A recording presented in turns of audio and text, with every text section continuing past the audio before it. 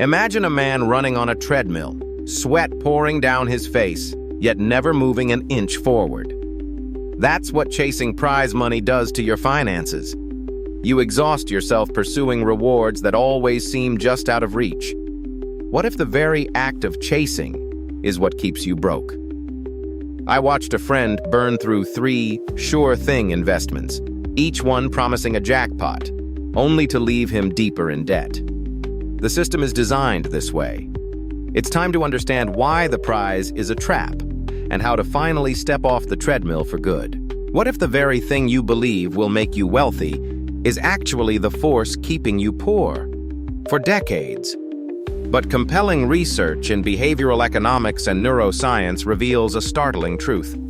A reward-centric mindset systematically impairs the cognitive processes required for genuine, lasting wealth creation. Your brain, when fixated on an external prize, enters a state of heightened arousal that narrows your focus, stifles creativity, and makes you prone to high-risk, low-probability bets.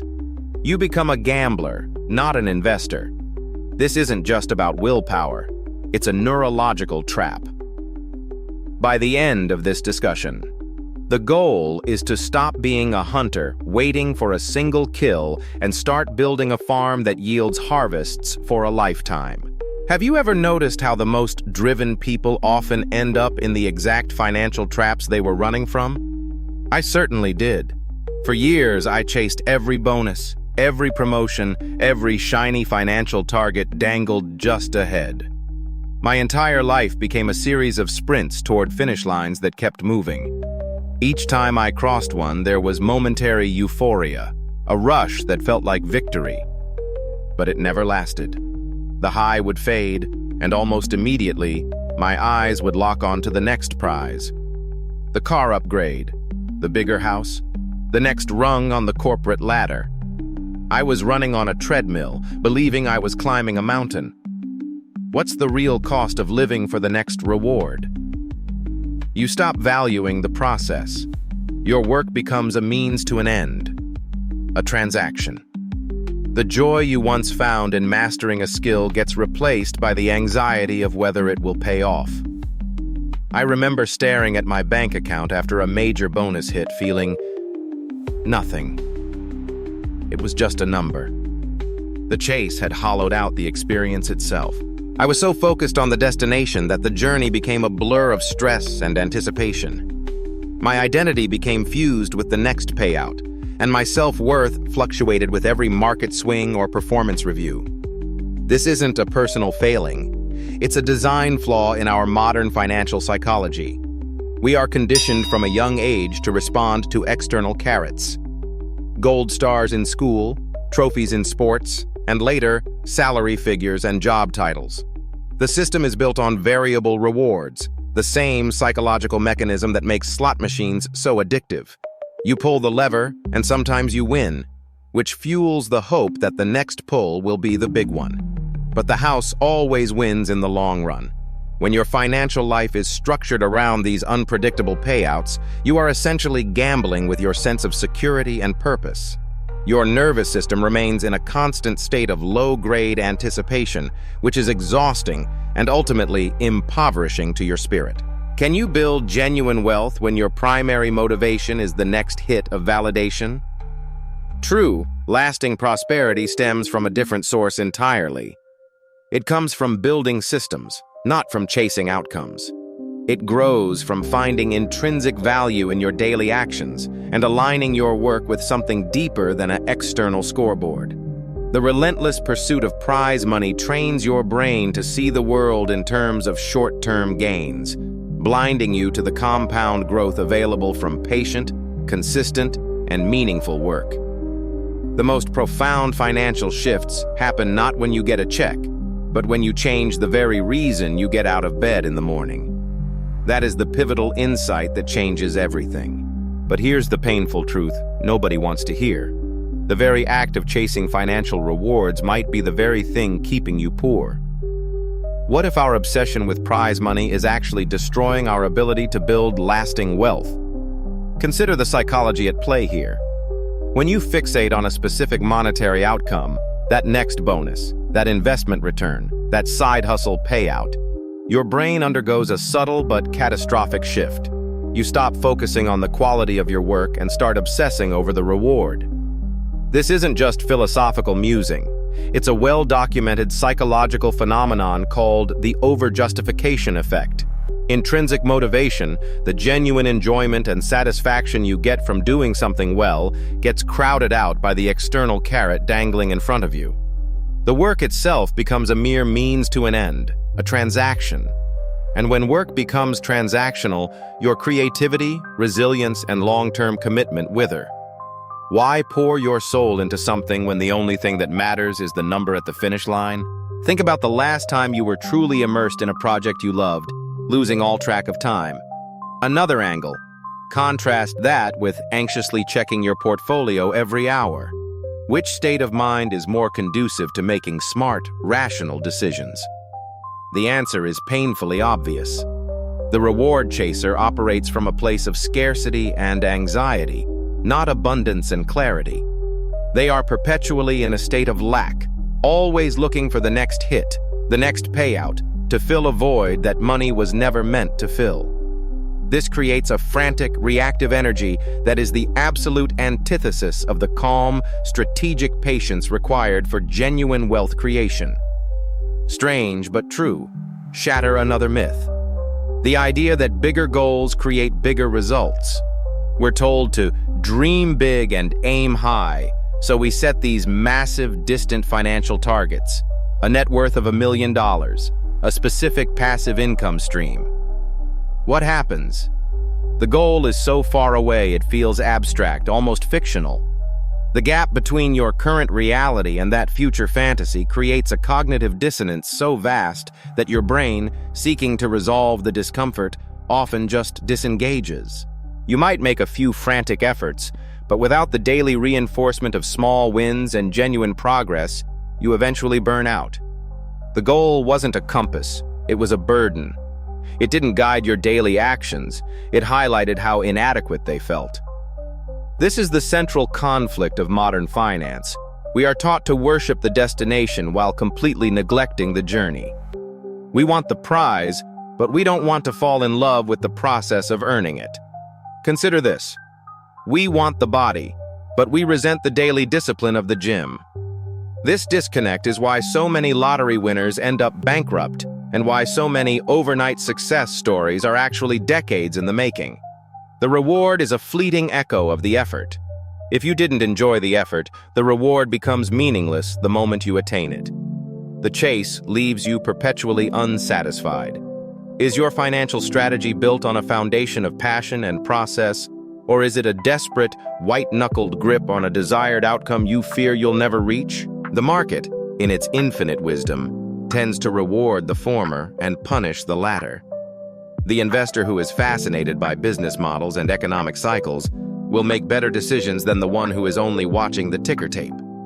The entrepreneur who is obsessed with solving a customer's problem will build a more durable company than the one who is only tracking their valuation.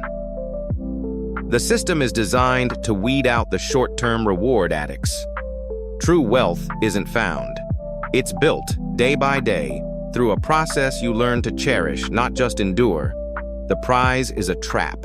The process is the prize. What if the very mechanism we believe drives success is actually the anchor dragging us down? We've been conditioned to see the finish line, the bonus, the trophy as the ultimate goal. But the brain doesn't work that way. When you fixate on the reward, something insidious happens to your cognition. You aren't focused on the craft itself, the subtle skill, the nuanced decision, the quiet satisfaction of mastery.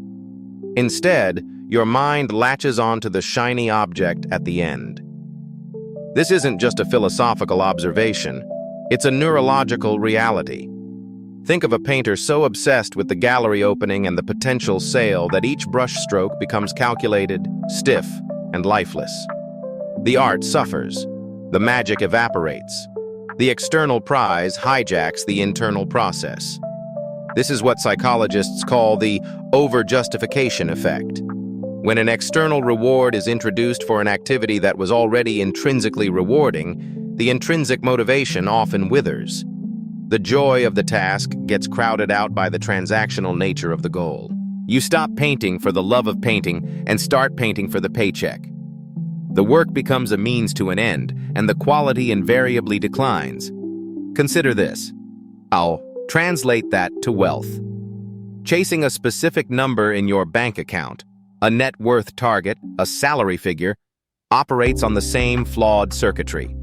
You're not building systems, you're just running toward a finish line that keeps moving. The market shifts, life happens, your desires change. That number you thought would bring security suddenly feels insufficient once you get there. The reward, once attained, loses its luster, and you're left with the hollow realization that the chase itself was the only constant. This creates a poverty mindset, not of scarcity, but of perpetual dissatisfaction. You're always looking for the next hit, the next bonus, the next milestone, never truly present or content with the wealth you are actually building. Contrast this with the individual who falls in love with the process of value creation. They aren't staring at their portfolio balance every hour. They are immersed in the problem they are solving, the service they are providing, the skill they are honing. Their focus is on the inputs, the quality of their work, the depth of their relationships, the consistency of their habits. The financial rewards become a byproduct, a natural outcome of excellence, not the primary target. This shift is everything. It moves you from a state of anxious pursuit to a state of flow. The pressure to perform transforms into the privilege of practice. Consider the data from a study of professional musicians. Those who were motivated primarily by external rewards, fame, money, awards, reported higher levels of anxiety and were more likely to experience creative burnout. Their technical proficiency might have been high, but their artistic innovation was often stagnant.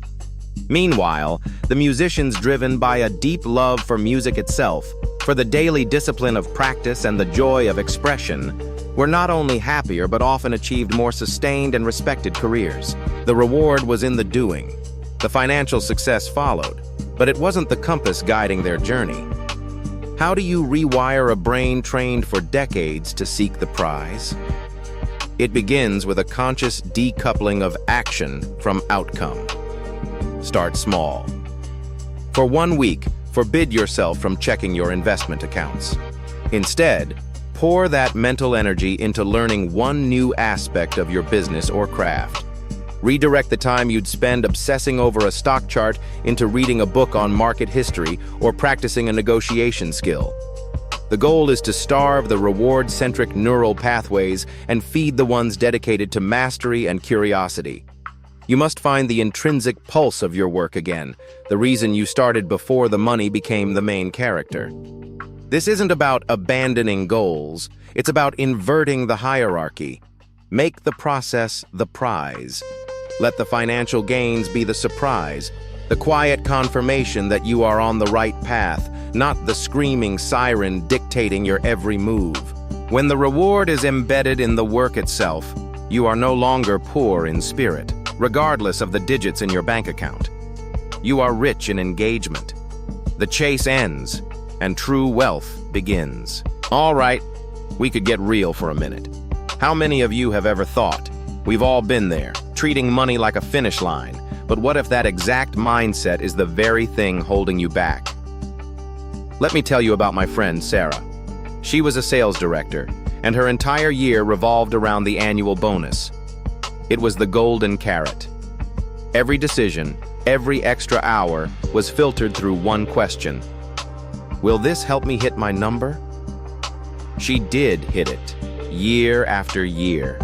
She'd get a massive check, buy a luxury car, take a lavish vacation, and by April, she'd be right back where she started, stressed and staring at the same credit card debt. The prize wasn't a solution. It was a temporary distraction that reinforced a cycle of dependency.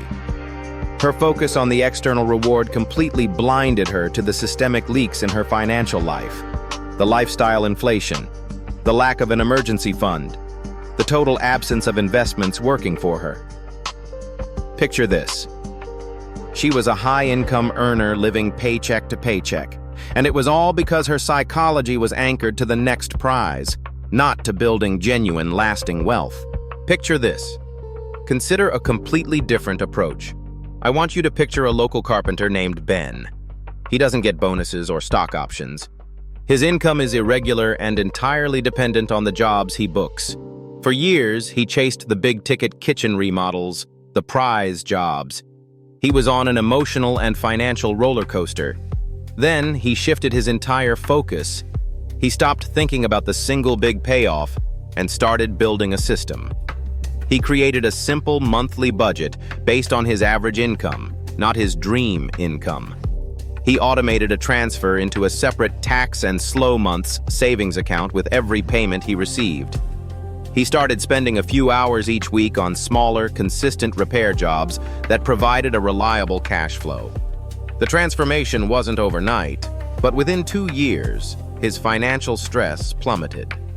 He was no longer desperate for the next big job because he had built a machine that hummed along regardless. His sense of security didn't come from a prize. It came from a process he controlled. This is the fundamental shift we're talking about.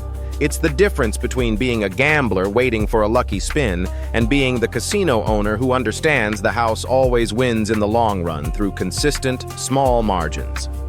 One strategy is based on hope and chance. The other is built on control and mathematics. Strange but true. How do you start making this shift in your own life? It begins with a simple but profound audit. For 1 week, I want you to track not just your dollars, but your financial energy. Where is your mental focus going? Are you constantly checking your investment portfolio, willing it to go up? Are you daydreaming about your tax refund or that potential side hustle windfall? That mental energy is a resource, and if it's all being poured into tracking prizes, it's being wasted. Redirect it. Take that same energy and use it to set up a single, automated weekly transfer from your checking to your savings account, even if it's just $10. The goal is to make your financial growth inevitable and thoughtless, not something you have to emotionally chase. The most powerful wealth-building tool isn't a stock tip or a get-rich-quick scheme. It's a system you design that works for you while you sleep. When you stop chasing the shiny object, you finally clear the space to build something real. Picture this. We need to recognize the psychological trap of reward chasing itself. What if the very mechanism that motivates us is actually sabotaging our financial progress? Dopamine-driven loops condition us to seek immediate gratification, making us vulnerable to marketing ploys and get-rich-quick schemes that drain our resources. This isn't about willpower.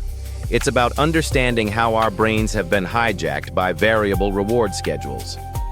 Begin by conducting a full audit of your financial decisions from the past 6 months. Look for patterns where you spent money chasing a potential reward. Lottery tickets, speculative crypto investments, or even excessive dining out for that perfect experience. The goal here is cold, objective awareness without self-judgment. You're collecting data on your own behavioral economics.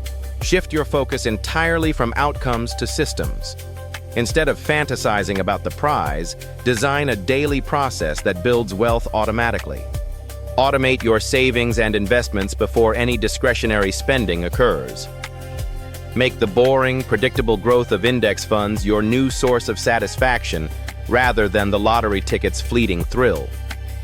Implement what psychologists call reward substitution. Your brain needs some gratification, so attach small, immediate rewards to behaviors that support long-term wealth. After transferring money to your investment account, enjoy a favorite coffee. The key is making the process itself rewarding while keeping the costs minimal and controlled. Finally, reframe your entire concept of winning. True financial victory isn't the occasional big score, it's the quiet confidence of knowing your systems are working while you sleep. Wealth accumulates in the spaces between excitement, in the forgotten accounts and untouched investments. The greatest prize is your liberation from needing one at all. Picture this. Here you are, standing at the crossroads. You can keep chasing the shiny object, or you can turn inward. What if the real wealth wasn't in the reward, But in the work itself? In the quiet mastery of a craft, the dignity of a problem solved, the autonomy of building something that matters to you. The system is designed to keep you hungry, to make you believe the next carrot will finally satisfy you. But have you ever met a truly satisfied donkey? They're still hooked to the cart. The most radical financial decision you can make is to stop performing for an audience that isn't even watching. Your value isn't determined by a bonus structure. It's built in the silent, unobserved moments where you choose purpose over a payout. That's the real prize, not a bigger cage, and you've had it all along.